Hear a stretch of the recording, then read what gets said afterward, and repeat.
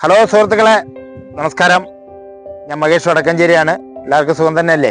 നമ്മുടെ പാലക്കാട് ജില്ലയിൽ വടക്കഞ്ചേരിയിൽ അജിത്ത് എന്ന് പറയുന്ന 26 വയസ്സുള്ള ഒരു സഹോദരന്റെ ഒരു വീഡിയോയുമായാണ് സുഹൃത്തുക്കളുടെ മുമ്പിൽ വരുന്നത്. ഏപ്രിൽ 1-ാം തീയതി വേളാങ്കണ്ണിക്ക് ഒല്ലൂരിൽ നിന്ന് പോയ ഒരു വണ്ടി ആക്സിഡന്റ് പറ്റി നമ്മളെല്ലാവരും ചാനലിലൊക്കെ കണ്ട ആൾക്കാരാണ്.